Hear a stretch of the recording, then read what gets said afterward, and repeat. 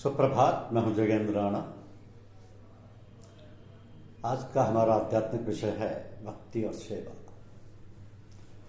भक्ति और सेवा। देखिए, भक्ति के सारे साधनों में या यूं कहें कि साधना के सारे साधनों में भक्ति सबसे मुख्य है। भक्ति से भगवान जितने जल्दी रिझते हैं उतने किसी कर्म से नहीं। भक्ति को एक दूसरे शब्दों में सेवा कहते हैं। भक्ति का अर्थ ही सेवा है। सेवा से सभी को वश में किया जा सकता है। अनेक महापुरुषों ने गुरु सेवा से ही गुरु प्रसन्न कर अनेक जन्मों का रास्ता एक क्षण में प्राप्त किया। श्री नाभाजी को पंखा झलने और झाड़ू लगाने के बिना किसी क्रिया के ही दिव्य दृष्टि मिली थी। महात्मा शिवरी ने गुरु के मार्ग के कांटे साफ करने का केवल व्रत लिया था। इसी इतने ही काम से गुरु की दया पात्र बनी और भगवान को झूठे फल खाने के लिए उनके स्थल पर जाना पड़ा। गुरु अमरदास जी ने केवल नहाने को पानी लाने के बदले में ही गुरु गद्दी पाई।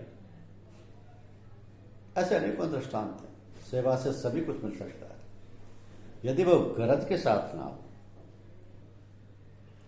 मतलब के लिए सेवा करने से मालिक खुश नहीं होता। निष्काम सेवा ही सच्ची सेवा या पराभक्ति कहलाती है। फल की आसक्ति त्याग के जो सेवा की जाती है वह प्रभु का अवश्य खींच लाती है, इसमें संदेह नहीं है। एक महात्मा से किसी ने पूछा कि कोई करीब का रास्ता बताइए।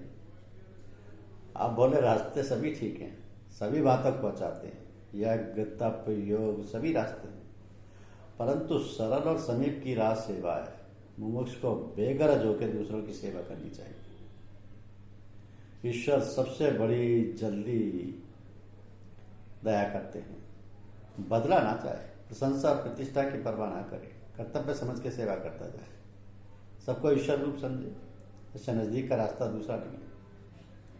शास्त्रों में ऐसी भावना में सेवा को प्रतीकोपासना कहा है। स्वामी विवेकानंद जी कहा करते थे कि यदि तुम ईश्वर को प्रसन्न करना चाहते हो तो उसके पुत्रों को प्रेम के साथ सेवा करो। उसके पुत्रों की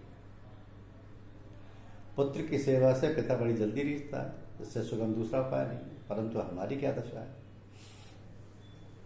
ईश्वर को तो राजी करना चाहते हैं, दिन रात उसके नाम की रट लगाए रहते हैं, घंटों उसकी पूजा पाठ और ध्यान में बिता देते हैं, परंतु उसकी संतान को वैरी की दृष्टि से देखते हैं। चालाकी, मक्कारी, जबरदस्ती इत्यादि जितने भी साधन हमारे पास होते हैं उनके द्वारा दूसरों को तंग करना, उन्हें कष्ट पहुंचाना, उनका पैसा छीन के अपनी जेब में भरना, यही अपना मुख्य कर्तव्य मानते हैं। तो ऐसे राग देश में फंसे हुए मनुष्य चाहे जितनी भी पूजा का ढोंग बना, तिलक छापे लगाकर संसार को धोखा दें, उनको दूसरे चाहे महात्मा समझने लगे, परंतु ईश्वर के कृपा पात्र कभी नहीं बन सकते। उनको दर्शन कभी नहीं मिल सकता। जो स्वार्थ में फंसा हुआ है, दूसरों के लिए बुरी नीयत रखता है, उसकी भजन बंदगी कभी मंजूर नहीं हो सकती। दूसरों से ऐसा ही प्रेम करो कि जितना तुम अपने से करते हो। दूसरों को उतना ही आराम पहुंचाने का उद्योग करो जितना तुम अपने लिए चाहते हो। तुम्हारे अंदर हमेशा देने का भाव रहे, लेने से बचते रहो। सेवा करो, सेवा कराने से परहेज रखो। सबसे अपने को छोटा समझो, गर्व न आने दो। निरंकारिता, नम्रता, दया अपने स्वभाव में लाओ। ये भगवान को प्रसन्न करने वाली बातें हैं। जो सेवा व्रत लिए हुए जीवन यात्रा कर रहे हैं, भगवान तो उनके पास ही है। अंत में उनके ही लोग पहुंचेंगे। तो उपनिषद कहती है, ईशावास्यामिदं सर्व यत्किंचन जगत्या जगतम तेन त्यक्तेन भुजिता मागृत कश्य विद्वनम। ये जो कुछ चराचर जगत है वो सारा ईश्वर से व्याप्त है। उसमें ईश्वर बसा हुआ है। मनुष्य को उचित है कि सब ठौर उसी को देखे और न दूसरों के धन इत्यादि की इच्छा करे, न उसमें लिप्त हो। यह है सारे धर्म का सार। वेद और शास्त्रों का निचोड़। किसी की वस्तु की इच्छा ना करे और सबको ईश्वर रूप मान के सबकी सेवा करे। भेद दृष्टि मिटा दे, अपने पराये का ख्याल दिल से हटा दे। ऐसा भाव अपने अंदर ले आना सच्ची भक्ति है, जो मालिक को राजी करता है और उस तक पहुंचाती है। जो मालिक को राजी करती है और उस तक पहुंचाती है। तो लिखा है कि ख्वाजा बहाउद्दीन साहब जो एक बहुत बड़े महात्मा थे, किसी से खिदमत नहीं लेते थे। कहते थे हमारे तरीके में बंदगान खुदा की खिदमत बजा लानी और उनको राहत पहुंचानी सबसे मुकद्दम है, सबसे ज़रूरी है। तो खिदमत का दर्जा योग समाधि जप इत्यादि सबसे ऊंचा है। यही सच्ची भक्ति है। किसी भी इबादत अर्थात भजन पूजन का फल इसके फल के बराबर नहीं कर सकता। किसी ने आपसे पूछा कि आपको खिदमत देने में क्या परहेज, तो दिया भाई खिदमत करने वाले का एहसान रहता है, उसका बदला चुकाना पड़ता है। फकीर के लिए एहसान उठाना और अपने यार को छोड़ किसी दूसरे से दिल लगाना क्या। हमने संसार से नाता तोड़ के उससे रिश्ता जोड़ा है। अब ऐसा काम क्यों करें कि संसारियों की ओर झुकना पड़े। दिल एक और लगा दिया है, दूसरी ओर ले जाने की तबीयत नहीं गवार करती। ये व्रत हमने ले रखा है। जहाँ तक हो सकता है औरों की खिदमत करते हैं, दूसरों के कष्ट हमसे सहन नहीं होते, इसलिए जिस्मानी और रूहानी आराम पहुँचाते रहते हैं। हमने जो कुछ पाया है वो सूफियों के तरीके से नहीं पाया, बल्कि लोगों की खिदमत से ही हमको प्राप्त हुआ है। इसलिए ये मुझे बहुत प्यारी है, ऐसे खुशी मिलती है। और अपना अगर हम किसी से खिदमत लेते हैं तो ऐसे शख्स से लेते हैं जो अपना हो गया है और हमारे तरीके से प्रेम रखता है। ऐसा करने से उनके अंदर त्याग या वैराग्य आता है, उधर का मोह घटता है और वह उधर को बढ़ते हैं। मुझे जिसकी ओर कुछ आशा होती है, जिसे ईश्वर का अधिकारी समझता हूँ, जो कुछ योग्यता और संस्कार लेके यहाँ आया हूँ, उसी से मैं किसी काम के लिए कहता हूँ। इसमें भी उसी का लाभ है, ये भी मेरी खिदमत ही है। तो सेवा के दो वेद हैं, एक निज सेवा और दूसरी पर सेवा। अब निज सेवा स्वार्थ है जो अधर्म है, और पर सेवा परमार्थ जो धर्मीय कर्तव्य है। तो यदि कोई काम हम ऐसी नियत से करें जिससे हमको और हमारे संबंधियों को लाभ पहुंचेगा, तो वो निज सेवा यानी अपनी खिदमत हुई। और जो काम हम ऐसे इरादे से करें कि उसमें चाहे हमको कष्ट हो, हमारी हानि हो, पर जिनको हम अपना नहीं समझ रहे हैं उन्हें सुख और हर्ष मिले, ये पर सेवा है। लेकिन ये दोनों शब्द कहने मात्र को अलग अलग हैं, वरन वास्तव में एक ही है। पर सेवा ही निज सेवा है, क्योंकि उससे आत्मा को बल और प्रसन्नता मिलती है।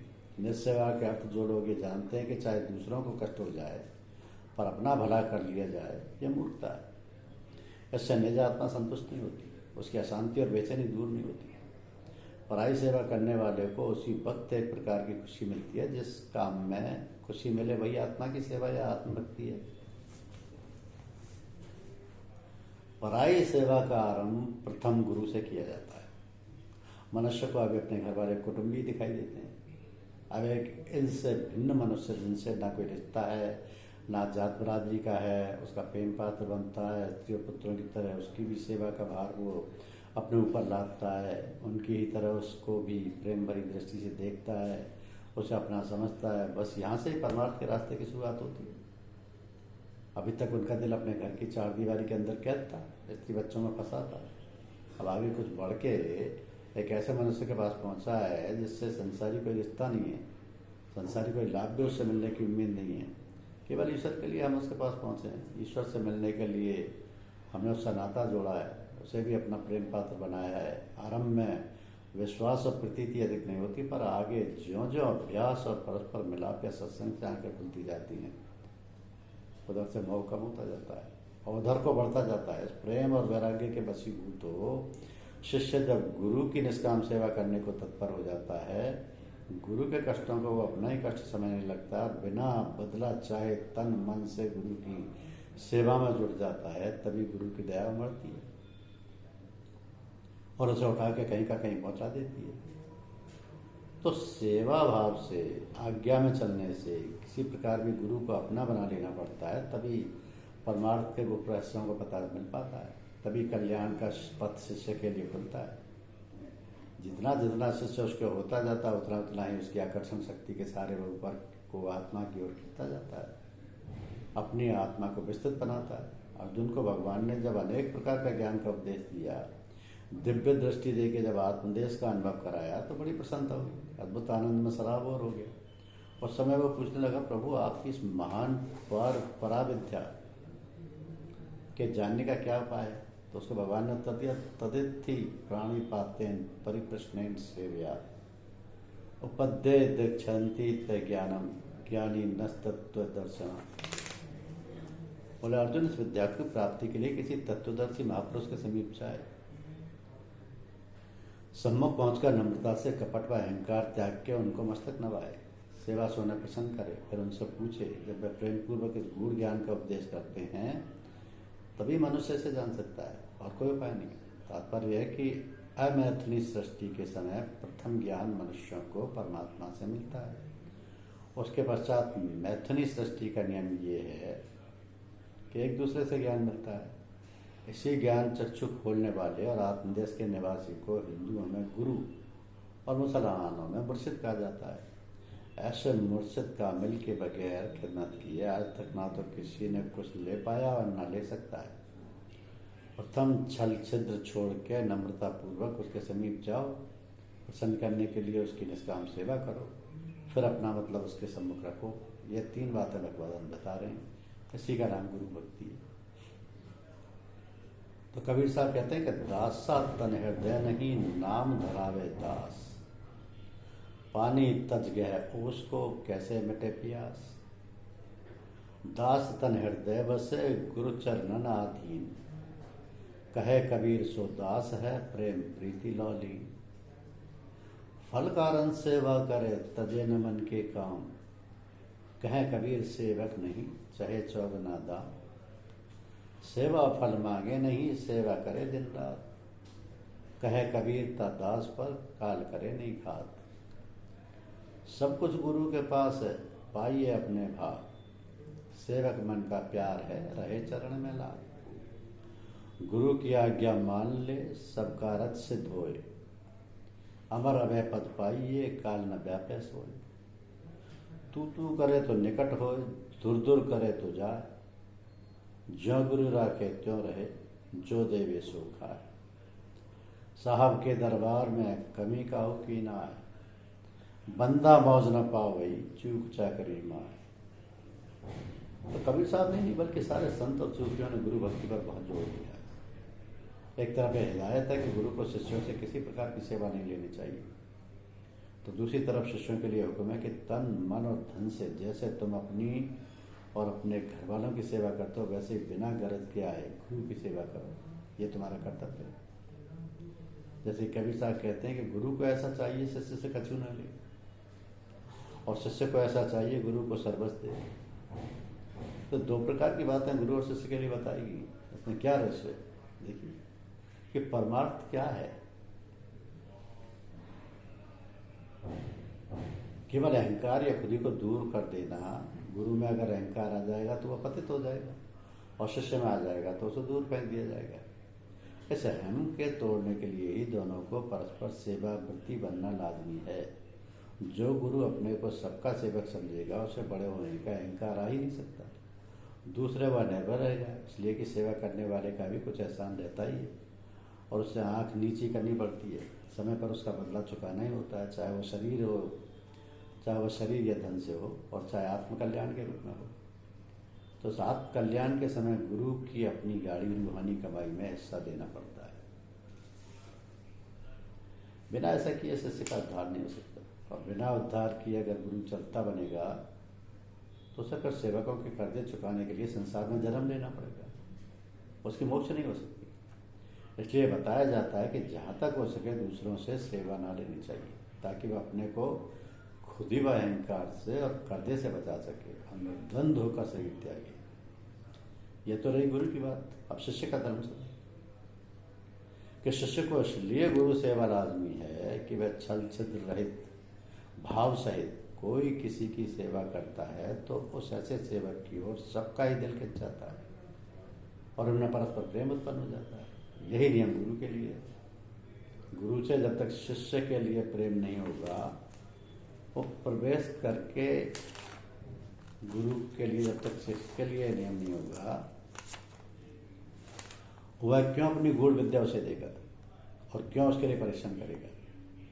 तो यद्यपि महापुरुषों का स्वभाव ही दूसरों के कष्टों को दूर कर देना है, उसका जीवन ही दूसरों के कल्याण के लिए होता है उनका, वह बदला नहीं चाहते, परंतु फिर भी पात्र तो देखते ही हैं। सेवा से, नम्रता से और आज्ञा में चलने से ही पात्र और पात्र की परीक्षा होती है, और ऐसा मनुष्य उसकी दृष्टि में अधिकारी समझा जाता है। बिना अधिकारी के विद्या देना अपराध है, दूसरी बात ये कि निष्काम सेवा से जो प्रेम उत्पन्न होता है वही आगे चल के इतनी घनिष्ठता कर देता है कि दोनों गुरु शिष्य एक जान दो काले हो जाते हैं। या तो गुरु शिष्य में प्रवेश ही उसमें समा जाता है, या शिष्य को अपनी आकर्षक शक्ति से खींच के अपने अंदर ले जाता है। तो उस समय शिष्य का अहम गुरु में लीन हो जाता है। शिष्य अपने को गुरु रूप से ही देखने लगता है, शिष्य नहीं रहता, केवल दोनों ओर गुरु ही गुरु रह जाता है। यह अवस्था सूफियों में फनाफिल शेख कहलाती है। फना के अर्थ मर मिटना और शेख के माने गुरु के हैं, यानी गुरु में लीन हो जाना। तो गुरु का शिष्य के अंदर प्रवेश होना उसकी जुबान में तसर्रुफ करना कहा जाता है। जब साधक इस फनाफिल शेख के दर्जे को पहुंच जाता है तो उसके अंदर गुरु की सारी शक्तियां बिना परिश्रम उतर आती हैं। उससे सारे कवल खुल जाते हैं, उसका ज्ञान अंधकार दूर हो जाता है और ज्ञान का सूर्य उसके अंदर दैदीप्यमान होने लगता है। कुछ अंतर नहीं रहता, शिष्य गुरु का रूप ही हो जाता है। और आत्ममंडल के जिस स्थान पर गुरु की बैठक होती है वह एकदम खिंच के वहां जा पहुंचता है। अगर गुरु आत्मदेश का निवासी है, वो हरदम परमात्मा में लीन रहने वाला है, उसके दर्शन करने वाला है, तो शिष्य भी उसी क्षण उसी स्थान में जा पहुंचता है और दर्शन करने लगता है। इसलिए सूफियों ने कहा है कि फनाफिल शेख के बाद फौरन ही मुरीद फनाफिल्ला हो जाता है और यही अंतिम पद मुक्ति है। तो फनाफिल्ला का अर्थ परमात्मा में लय हो जाना है। जो ईश्वर में लय हो गया फिर उसके लिए और क्या बाकी रहा, यही सब कुछ है जो गुरु की भक्ति से सहज ही प्राप्त हो गया। इसलिए शिष्य को सेवा ही मुख्य है। जब गुरु है तब मैं नहीं, जब मैं हूँ गुरु नाय, प्रेम गलियति सागरी या मैं दो न समाए। ओम हरि ओम। धन्यवाद।